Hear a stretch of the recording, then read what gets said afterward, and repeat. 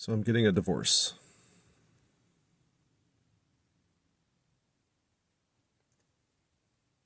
Just felt like I should talk about it because I don't really have anybody else to talk to about it with.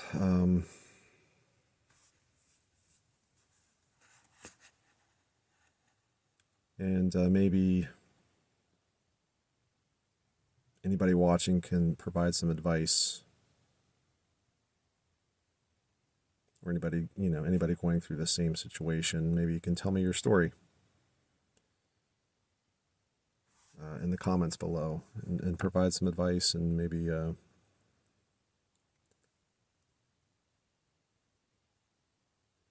I can use that to help, you know, make this situation just a tad better. So I was married to my wife for about 6 years. And, in all honesty, I shouldn't have married her to begin with. I pretty much settled. I think I felt a little pressure because most of my friends were getting married, having kids, doing what I really eventually wanted to do. And I was getting up into my upper 30s, and I was just getting a little worried that it wasn't going to happen for me. So I met my future ex-wife, and I just kept throughout the years telling myself she can change. A combination of that, hoping she would change, and also just, how do I want to say it? Just accepting what I had and moving on, which is a huge mistake. Some advice: if you're in that situation and you're not married yet, move on. I have this big problem with, hurting people's feelings. I don't want to do that. I don't hurt people's feelings. I don't want to hurt people's feelings. And I felt bad for her. And that sympathy ultimately got me in trouble and costed me a lot of money, a lot of my mental health.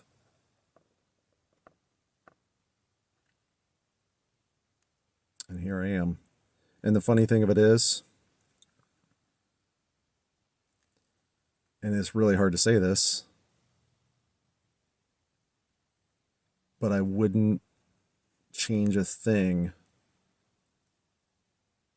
solely because of my two kids. If I hadn't married her, I wouldn't have my two beautiful kids. I can't imagine life without them. And it pains me to say that that I would go through that again with her, but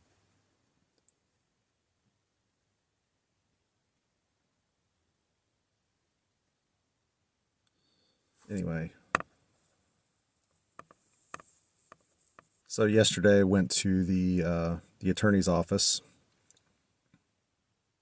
and did the whole thing where, you sit down at a table across from one another, and the attorney reads everything out, hands you the papers, you sign them all.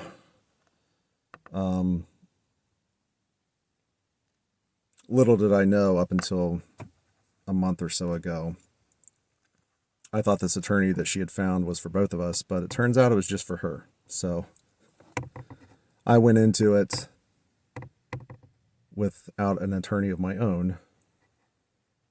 And I did that. I took a chance because I don't have the money to pay an attorney. I don't have thousands of dollars sitting aside, and my credit cards are maxed out. And I couldn't get another credit card if I wanted one, and I don't want another one. But yeah, so I go in there and read everything, and everything's fine until we get to the child support. Now, I have no problem paying child support. The problem that I have is that when I looked at the numbers, I saw that she literally makes twice the amount of money that I do. She just got a new job. She wouldn't have had it if I hadn't pushed her into school to finish. And anyway,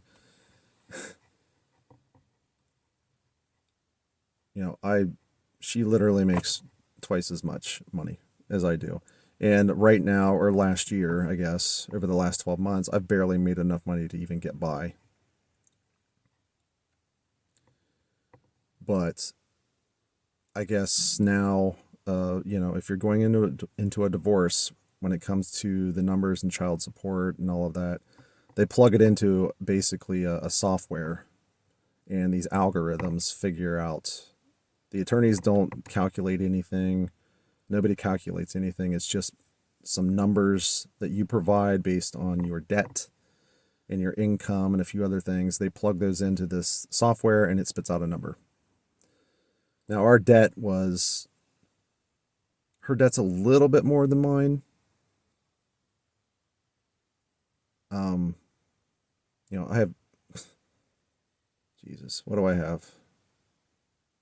90 something $1,000 in debt when it comes to school loans and credit cards. Hers was more, mostly, well, all of it was school loans because she can't get a credit card because her credit score was so low. But yeah, it spit out a number of almost $600 a month, which, again, I have no problem paying. Child support. I want to take care of my kids. The numbers to me don't make sense. How is it that if she's making twice as much money as I am, I'm paying $600 in child support? Shouldn't she be paying me $600 in child support? And the attorney basically said, well, what it came down to was is she has not full custody, but custody in that they will be living with her because they go to school. They'll be going to school. Currently, I live outside, or I live I live an hour away. I had to move back because I can't afford rent back to where I grew up. And basically, she is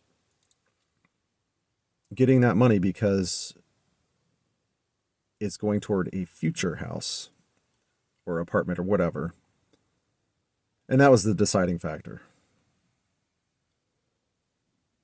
My argument is, well, that's all and good, but what about me? I would very much like to move back to Columbus so that I could get an apartment so that I can provide a home for my kids and take them to school and all of these things.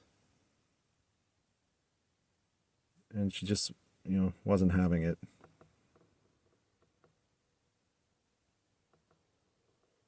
So that's that.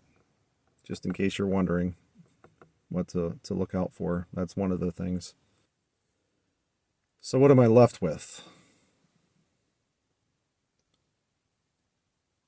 Basically, after a marriage that was completely one-sided, and I'm going to try not to bash her too much, as much as I dislike her, I'm not going to sit here and bash the mother of my kids. I think telling you what happened is not bashing. So basically, over the course of our marriage, it was not an equitable marriage. I paid almost all of the bills. I paid the rent, all of the daycare, which was over $2,000 at one point. I paid her car, my car, her car insurance, her phone, all of the bills. Pretty much all of the bills. I paid for all of the food. And then I finally got her or convinced her to go back to school. I said, you know what, we'll take a chance. It will be better for us if you go back to school and get a good job and we start making some more income. And I will just bear the brunt of the expenses. Well, a lot of those expenses went on to credit cards that I am still paying for and now will have to pay for. And she didn't take much responsibility for that. Even at the meeting with the attorney, she denied, she denied the thousands of dollars basically that was put on the credit cards, and basically said it was my fault because the cards were in my name. So what am I left with? Well, before we met, I had no credit cards, and my credit score was 822, which for those who don't know, that's pretty damn good. I think 850 is the highest. Not sure. And then the day that we separated and moved out of the house, I had 6 maxed out credit cards.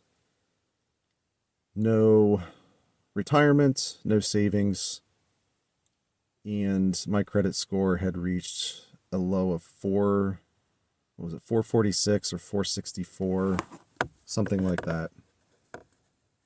Got it up to a whopping 515 now, I think.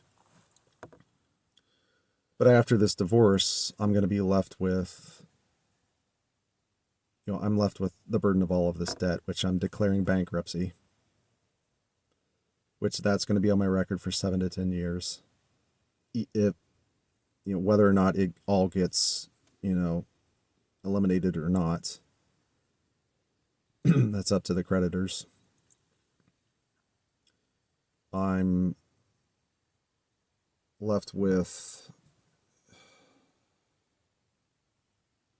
oh, yeah, I don't get the child tax credits anymore.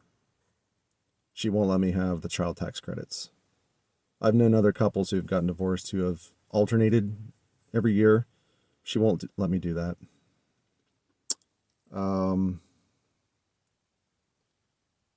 Hell, she's even wearing a $6,000 ring that she won't give back to me. I know that sounds kind of scummy to want the ring back, but at this point, I don't get anything, so I don't even feel bad about that. But I think the stake in the heart is that after all of that, I'm now only going to be able to see my kids a couple of times a week for a couple of hours a day on those days. So I'll barely be able to get to see the kids.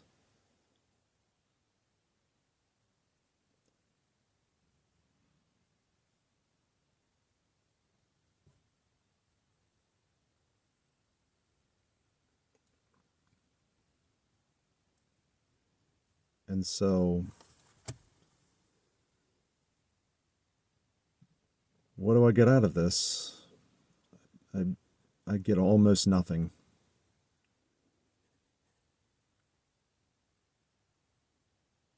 I get almost nothing. Plus, really, I'm have to give even more. I will be divorced from her, and I will still be giving her more. And she has no remorse over it.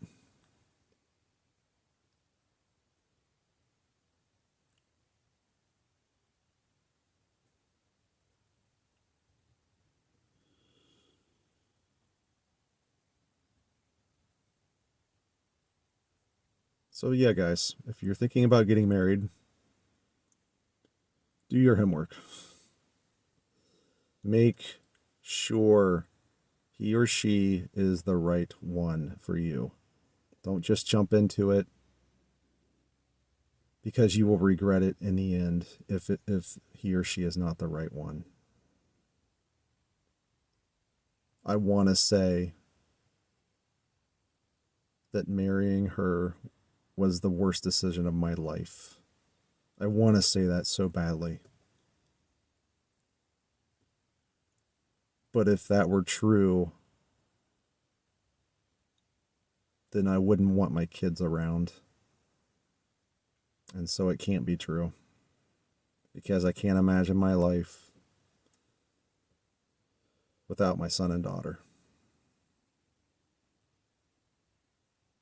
And despite all of the pain that this has brought, I'm going to push through. I have to push through. I have to find a way to do it for me and for them and just make the best of it.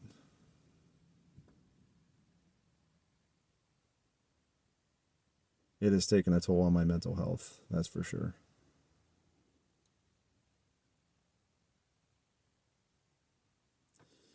So, yeah. I'd really like to hear your comments or suggestions, advice down in the comments below. You know, maybe I can use some of that advice. I mean, I could use some advice to make this a little easier, this transition a little bit easier. And I don't know, maybe I'll have some advice for you. Depending on the comment, maybe I could respond with some advice. But yeah, so I think that's all I have for you today. I don't know if I can't talk about this topic for too long. It hurts my brain. Sitting out here by the lake, though, it's beautiful.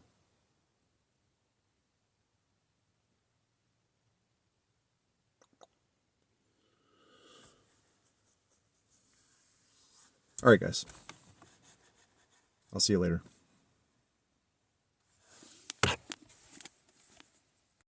Hey, guys, I almost forgot.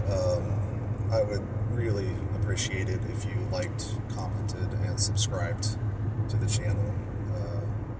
Helps out the algorithm, and I don't have, well, as of right now, I don't have 1 subscriber. So that's my goal, to get 1 subscriber. And so yeah, I just throw this at the end of the video because I know you're supposed to do that. But thanks. I'll see you around.